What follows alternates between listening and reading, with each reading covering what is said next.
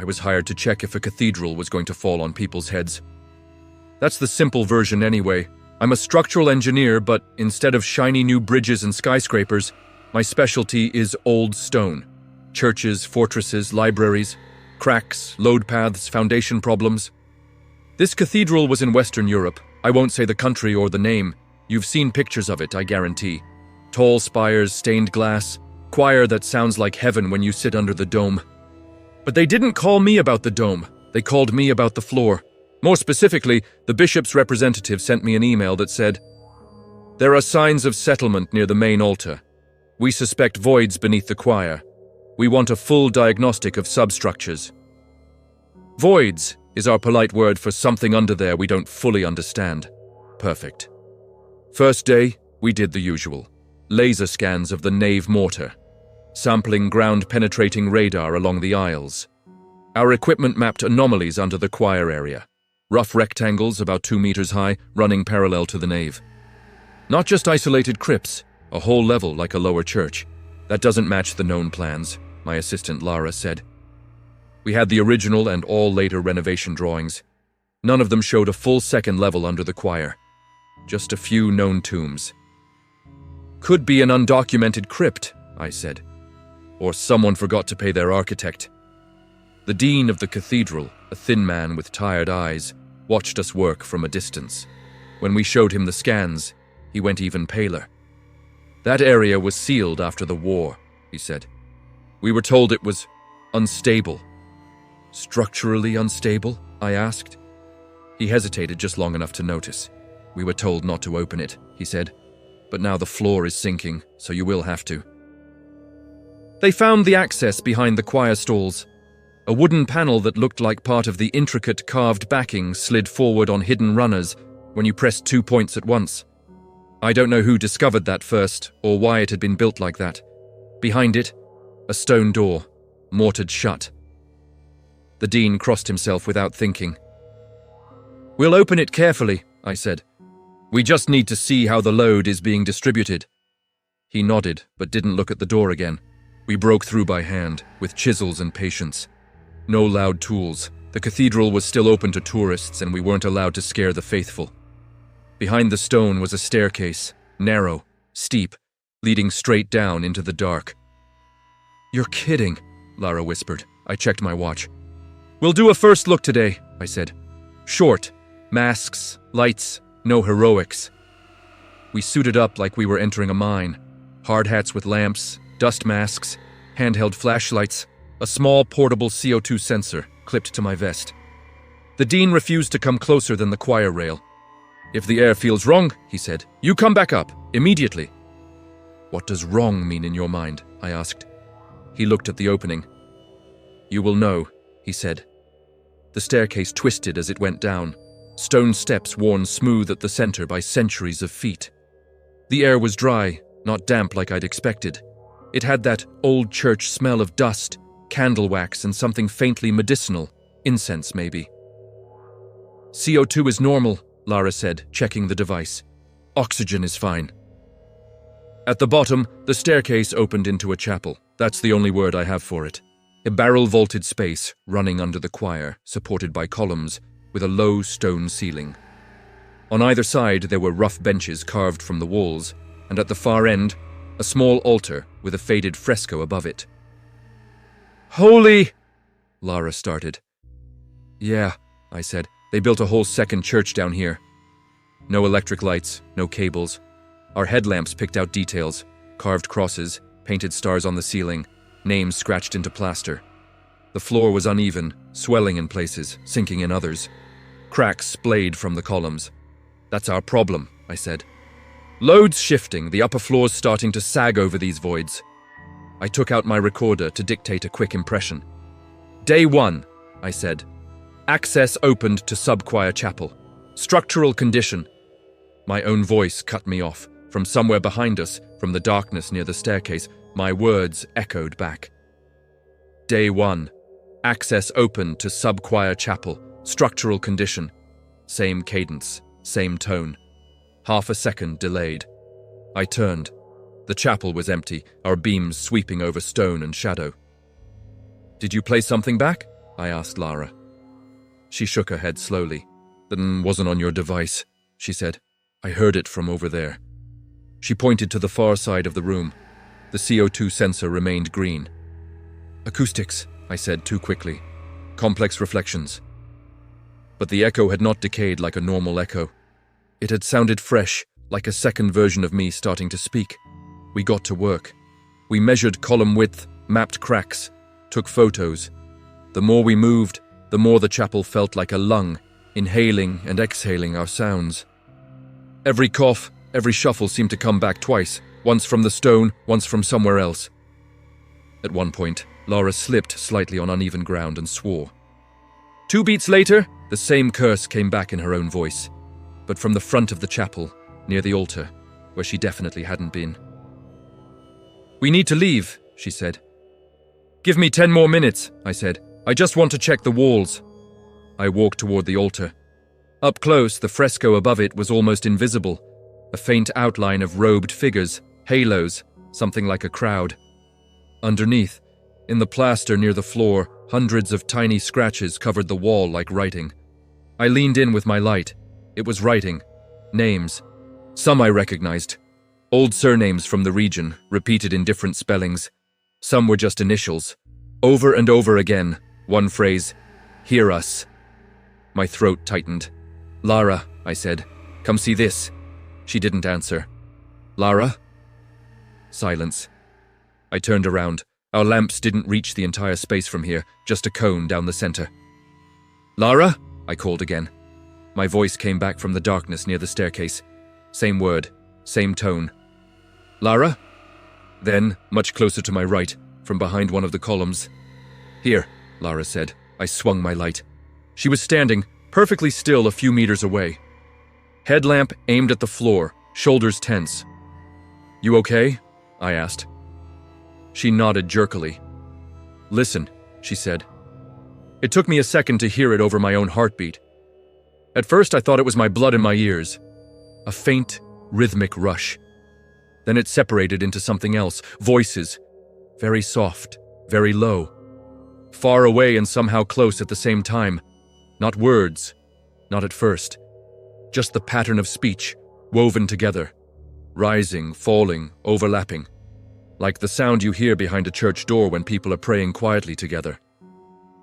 "Chant?" I whispered. "There's no one here," Lara said.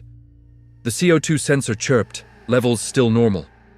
I walked slowly back toward the center of the chapel, sweeping my light, trying to find the source. The sound seemed to come from everywhere and nowhere. From the stone under our feet, from the columns, from the cracks in the ceiling. As we listened, something shifted. The murmuring voices began to synchronize. They didn't become clear. They didn't turn into Latin or any language I know. But their rhythm aligned, forming phrases. And in those phrases, every so often, one distinct thing emerged. Our names. Not clearly, not perfectly, but enough. "Lara, my name." Spoken like a question. The CO2 sensor beeped again, still green. "Up," Lara said. "Now." I didn't argue. Back in the daylight, the cathedral felt different. Smaller, a shell over something else. We played the recording I'd made. On the audio, you can hear my initial note. Day 1. Access opened to sub-choir chapel. Structural condition. Then nothing strange. No echo that wasn't ours. Just the scratch of boots, clipped explanations. The moment I remember hearing our names, on the recording, there is only a thick band of low-frequency noise, like a truck idling somewhere far away. Except no trucks were passing. I boosted the volume, filtered, analyzed. Buried deep in the noise, you can see heartbeats, ours, like tiny regular spikes. And underneath, a faint pattern that looks exactly like human speech flattened and compressed into unintelligibility, like a crowd trying to whisper through stone. The cathedral got their report. I described. The void under the choir, the cracked columns, the need to stabilize the substructures. I did not mention the voices. Officially, they decided the lower chapel would remain sealed. We recommended reinforcing from above and adding supports that didn't require extended time below. Unofficially, the dean closed the choir for a month and had masses said for the intentions of those buried beneath. Months later, he called me. His voice on the phone was thin. "You told me you heard something down there," he said. "I told you there was structural stress," I corrected. He was silent for a moment. "During night adoration," he said, "when the church is empty, sometimes the microphones pick up sound near the choir, like chanting from under the floor." I didn't answer. "The recordings are strange," he added. "You can't make out the words, just the shape of them. But occasionally, very faintly, I think I hear my own voice saying things I never said." I thought of the scratched plaster above the altar. "Hear us. Hear us. Hear us." "You should leave it sealed," I said. "Yes," he replied. "We will, but there's a problem." "What?" "They're getting clearer," he said. "Who?" "The ones under the choir," he whispered. "And whatever they're trying so hard to say, I don't think we were meant to hear it while we're still alive." I've spent most of my career with the dead, not in the poetic sense, literally. I'm an archaeologist who specializes in burial sites, catacombs, ossuaries, plague pits, mass graves. I catalog bones for a living. They don't scare me, at least they didn't. Not before the cathedral with the moving walls. The job sounded normal enough. A Central European cathedral needed to expand its museum space. Underneath one of the side chapels, there was an old ossuary, a bone chamber, sealed for over a century. The church wanted a full inventory, a structural assessment, and a decision. Open for visitation, or reinforce and leave closed. They hired our university team as independent experts. We arrived with 3D scanners, total stations, photography rigs, and a small army of labeled plastic bags.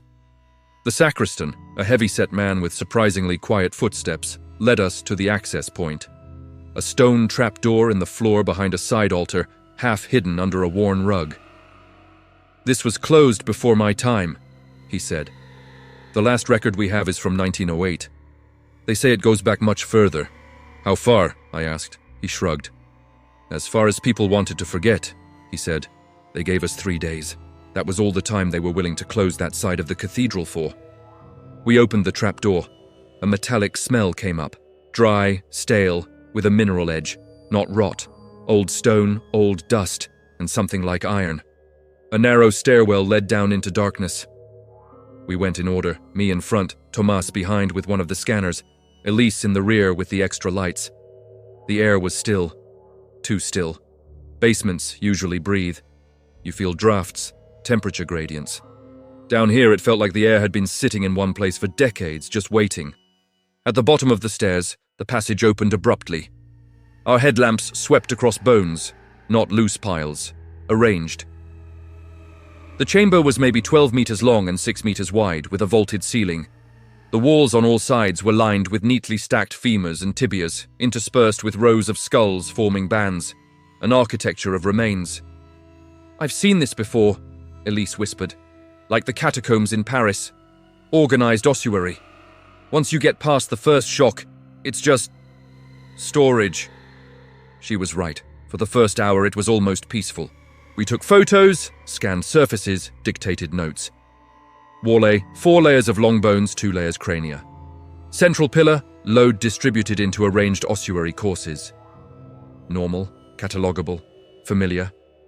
If it had stayed that way, we would have forgotten that room like so many others. It didn't. The first oddity was small. Tomas set his scanner on a tripod in the center of the room to capture a high-resolution point cloud. It rotated slowly, mapping every visible surface with a laser. While it worked, we focused on close-ups of specific patterns, inscription fragments, bits of cloth, rusted coffin nails embedded in the matrix. The scanner chimed. "First pass done," Tomas said. "Let's save and reset for the next angle."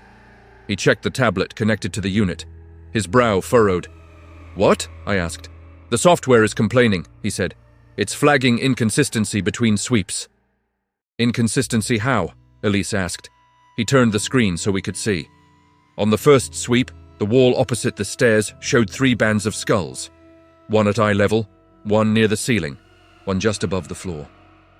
On the second sweep, taken only minutes later from a slightly different angle, the same wall showed two bands of skulls, one at eye level, one near the ceiling. No lower band.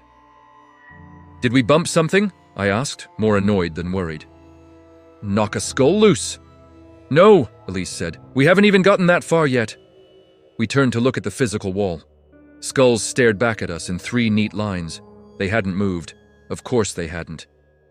"Software bug," I said. "We'll recalibrate later. Keep going." We kept going. The scanner kept complaining. By mid-afternoon we had 800 photos, 3 partial scans, and notes on some unusual patterns in the arrangement. More decorative ossuaries sometimes create shapes with bones, crosses, hearts, floral motifs. This one seemed obsessed with lines, vertical stacks of femurs, diagonals of ribs, bands of skulls forming something like crude letters if you squinted. We took a break in the sacristy, eating dry sandwiches and arguing over interpretations. "Some of these look like attempts at text," Elise said, scrolling through close-up shots. "See, repeated shapes, could be initials, could be words in some abbreviation system, or could be the mind's tendency to see patterns in chaos," Thomas said. "We stack bones the way we stack books. Doesn't mean the wall is trying to write." The sacristan listened without comment. When we got up to go back down, he stopped me. "You will be careful, yes?" he said. "Structurally? Always," I said. He shook his head. "Without what you say," he replied. "Down there. We had a priest once who liked to pray in the crypts. One day he came up very fast, white as a host, and refused to go back under the ground again. He said, 'If you speak too much where the dead are stacked like that, they might learn your name.' I laughed it off. Archaeologists don't scare easily." We went back down. Second day, we focused on the far half of the chamber. There was a central aisle divided by low stone pillars. Beyond them, the ossuary walls changed slightly. More skulls, fewer long bones. The arrangement became denser, more obsessive. Our methodology was simple. Photograph each section of wall, number the fields of bones, cross-reference with the 3D scan. At some point after lunch, Elise froze in front of one of the walls. "Did either of you touch this?" she asked. We joined her. The section she had marked earlier as Field 7 looked wrong. In her earlier photo, it showed a uniform pattern, 2 horizontal bands of skulls, with long bones stacked neatly between them. Now, in front of us, the same section had a gap, roughly head-sized where several skulls had been. The missing ones were not on the floor. They were higher up, wedged into a new line that hadn't been there before, forming a slight curve. Thomas swallowed. "Maybe we mislabeled," he said. "Clicked the wrong region in the software." Elise shook her head, eyes fixed on the new arrangement. "I remember this exact section," she said. "There was a misaligned jaw here. It's gone." We found that lower jaw later, on the other side of the aisle, in a completely different field, like someone had been editing. We decided to test it, not officially, not in any report. Just 3 tired people with too many hours underground and too much curiosity. We set up a camera on a tripod, pointed at one stretch of wall. Continuous recording, no time-lapse, no cuts. We stood there and watched it for 20 minutes. Nothing moved, nothing shifted. Eventually I said, "We'll never see it if we stare at it. We'll work in the next aisle and let the camera do its job." We moved out of direct line of sight, but stayed in the chamber. You can hear us on the audio the entire time, measuring, muttering, metal tape clicking. After 40 minutes, a muffled clatter. We rushed back. One skull had fallen from a high niche onto the floor, rolled, and come to rest at an angle, facing the camera. "See?" Thomas said, relieved. "Overloading. The matrix slips. Gravity does the rest." "Sure," Elise said, "but let's watch anyway." We reviewed the footage upstairs that night on a laptop. The skull doesn't fall from overloading, it jumps. For 39 minutes and some seconds, nothing happens. Then, between one frame and the next, it shifts forward several centimeters, as if pushed from behind, hangs in the air at an impossible angle for a fraction of a second, and drops. If you advance frame by frame, you can see something worse. While it moves, 3 other skulls in the same field rotate slightly, aligning their empty sockets toward the lens, like they are turning to look. We didn't sleep well. Third day was supposed to be cataloging and cleanup. Quick checks, final scans, then recommendations. The Cathedral wanted a clean answer. Can we open this to the public? Or is it too unstable? I was ready to say unstable just on moral grounds. We went down one last time. Something had changed. I didn't see it at first. It was subtle. The air felt thicker. The smell of dust and iron was stronger. Our footsteps and voices came back with a strange double echo, one sharp, one soft, slightly delayed. We got to work anyway. On the far wall, Elise stopped again. "There," she whispered. "Tell me you see it." I did. The skulls and long bones on that section were no longer forming random stacks. They were forming letters, crude, uneven, but unmistakable. 3 shapes repeated across the field. HEA, not quite right. The crossbars were off, proportions strange, but if you've ever taught kids to write, you'd recognize the attempt.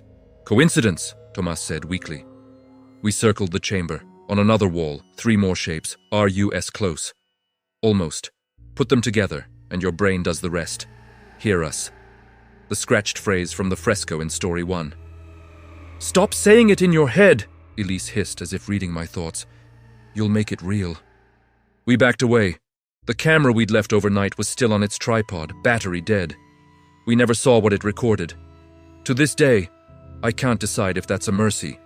Our final report to the church was very simple. Structural risk, high. Recommendation?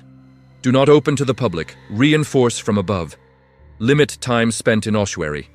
We did not mention the scanner inconsistencies, the rearranged bones, the almost words. They sealed the access again. Months later, I got an email from the sacristan. Attached was a photo. He'd taken it with his phone, zoomed in from the trapdoor just before they closed it permanently with a concrete plug. It showed the section of wall directly facing the stairs.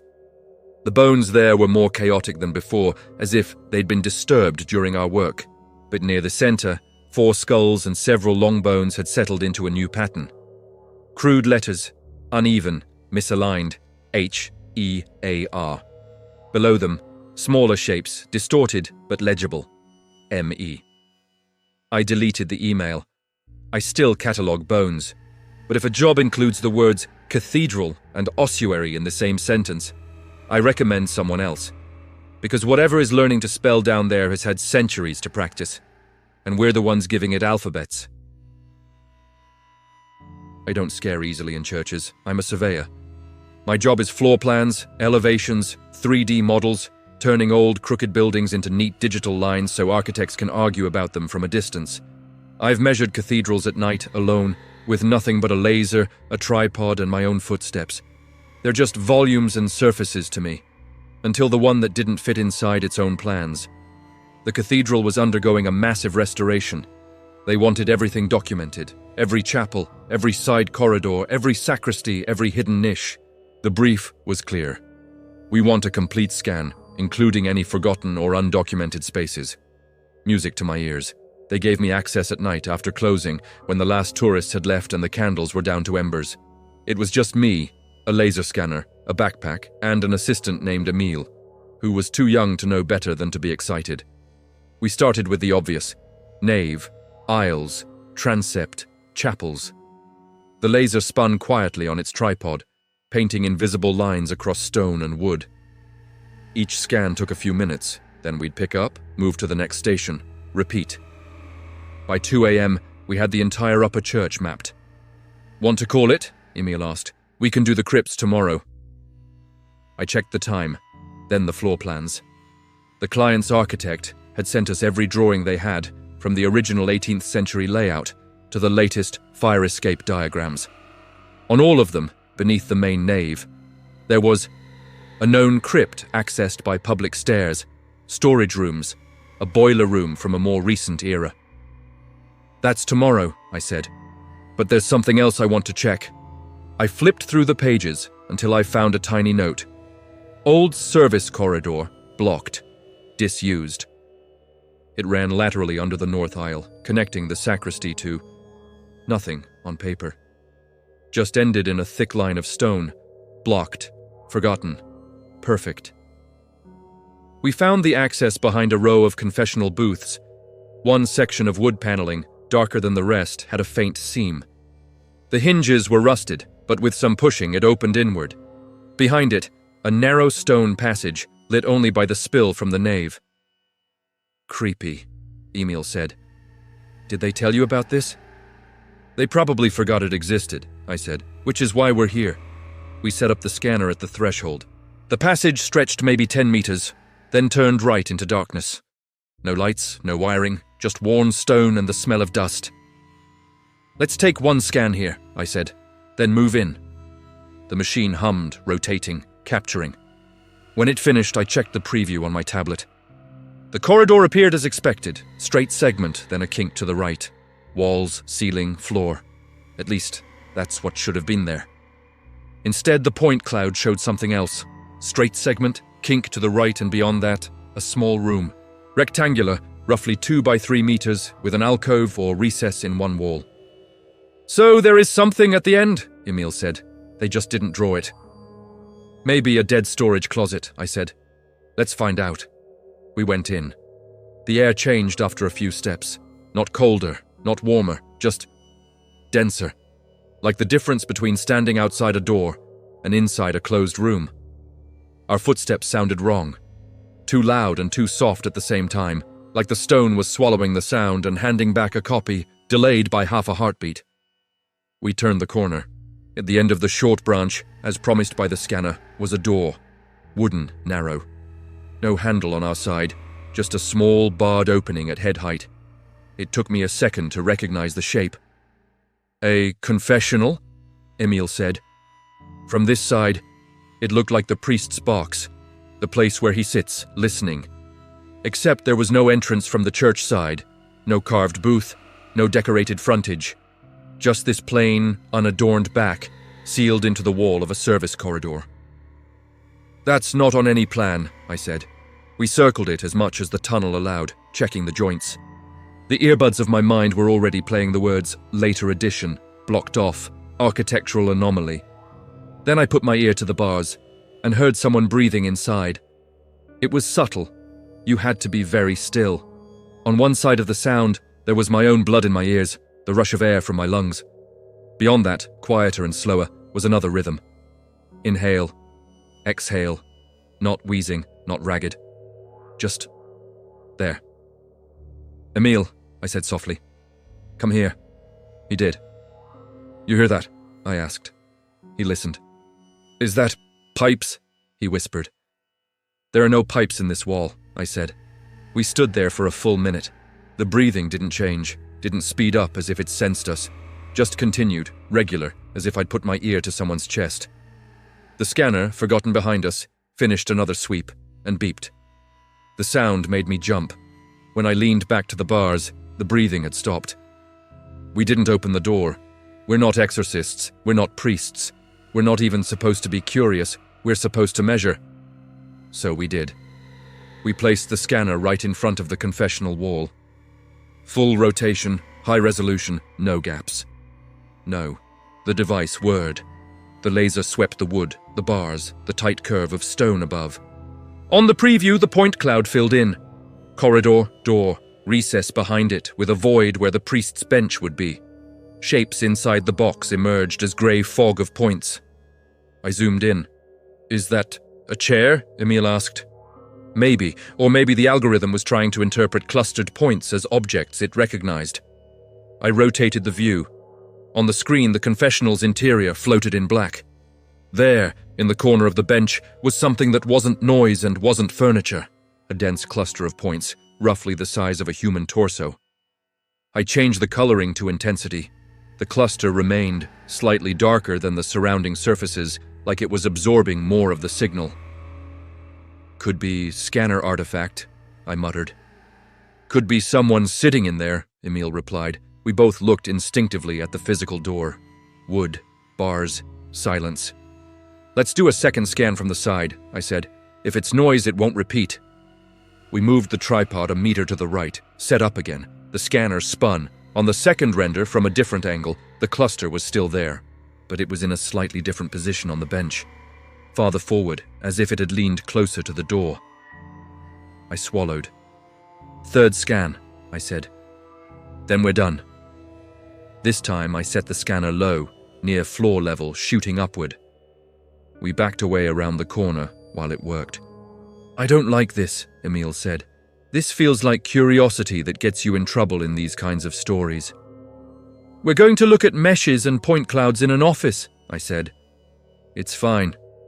The scanner beeped. I pulled the tablet view. The corridor appeared, the door, the box, and inside the bench. Empty. No cluster, no anomaly, just dust and wood. "See?" I said, trying to sound relieved. "Probably interference. Maybe our own bodies too close before." From the corner of my eye, I saw Emil staring not at the screen, but at the physical door. He was very still. "Do you hear that?" he whispered. I listened. At first, nothing. Then, faintly from behind the bars, a voice, not words, not clear. Just the cadence of someone murmuring very softly. The way people do in confession, leaning forward, saying things they don't want the world to hear. Male, female, old, young, impossible to tell. The stone blurred it. My instincts told me to go, immediately. My training told me to document. I split the difference. I pulled out my phone, put it on voice recorder, and held it near the bars for 30 seconds. On playback, standing right there was nothing but hiss. The whispering did not exist on the recording, but when I took the phone away from the door and put my ear back to the bars, the murmuring continued. And this time, through the smearing effect of the wall, I caught fragments. Not of some ancient, unknown language, of ours. Shouldn't have. No one can know. Forgive. It sounded less like a ghost, and more like every confession that had ever been heard in that box, bleeding together into one ongoing murmur. "Enough," Emil said. "We're going back." I didn't argue. Up in the main church, the air felt thinner.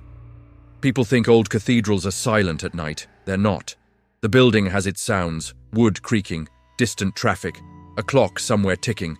Underneath all that, I swear I could still feel the faint vibration of the confessional we'd left behind, humming through the stone. We packed up. Before we left, I went to the sacristy to hand in the key. The night sacristan, a young woman with dark circles under her eyes, took it and checked my badge. "Did you find everything you needed?" she asked. "More than enough," I said. "Did you go into all the listed rooms?" she continued. "All the public ones," I replied carefully, "and some service areas." She hesitated. "Any doors that were not on your map?" she asked. I studied her. "Why?" I said. She glanced toward the nave. "Sometimes in the morning the priests complain," she said quietly. "They say they hear confessions at odd hours, a voice in the box when the church is empty. When they open the door, there is no one there. Some think it is their imagination, some think it is not." "Do they use all the confessionals?" I asked. "No," she said. "Some are sealed, too old, not up to code." "What about the one in the north aisle?" I asked. "Near the service corridor." Her face went blank in that special way people get when you touch something that exists but isn't supposed to be mentioned. "There is no confessional there," she said. "Only wall." Back at the office, we processed the scans. The model came together beautifully. Nave, aisles, crypts, sacristy. The corridor under the north aisle appeared as a slim, elegant line. At its end, the box of the confessional emerged exactly as in the previews. Correct dimensions, correct alignment. On the section cut, you could see it tucked neatly into the thickness of the wall. On the other side of that wall, in the model of the main church, there was nothing. No booth, no door, no seating space, no ornamental front. Just empty volume, pressed between two realities, the digital one and the drawn one. We exported floor plans. Curiosity got the better of me one last time. I isolated the points corresponding to the interior of the box at each of the 3 scans and overlaid them. In scan 1, the cluster was back in the corner of the bench. In scan 2, it was closer to the door. In scan 3, it wasn't in the bench at all. It was in the doorway, pressed right up against the bars, like someone leaning forward to get closer to the person speaking. And in the data from the third scan only, I found something strange. A faint, repeated interference pattern in the time of flight. A soft, rhythmic variation, not random noise, regular. About the tempo of breathing. The final deliverables we sent to the cathedral were clean. Updated floor plans, confirmation of hidden service corridor, note about ancient confessional structure, currently inaccessible from nave, recommended to remain sealed. Nothing about breathing, nothing about voices, nothing about the box that registers in 3D but not in ink. Weeks later, an email landed in my inbox from the cathedral's main architect. Attached was a scan of an old drawing they'd found in the archives, misfiled, hand-drawn, faded. It showed the original design of the confessionals in the north aisle. There were 4 on one side, 3 on the other, and, in between 2 of them, a note in cramped handwriting. Confessionary for priests only, no entrance from nave, access by corridor, to be used in matters of grave secrecy. Below, another line, added later in red ink. Closed by order of the chapter, no longer to be used. No reason given. I stared at the date, almost 2 centuries ago, yet it still sounded busy. I don't go back there, because I can't shake the idea that if I put my ear to those bars again, the whispering on the other side would not be made of old sins. It would be practicing mine.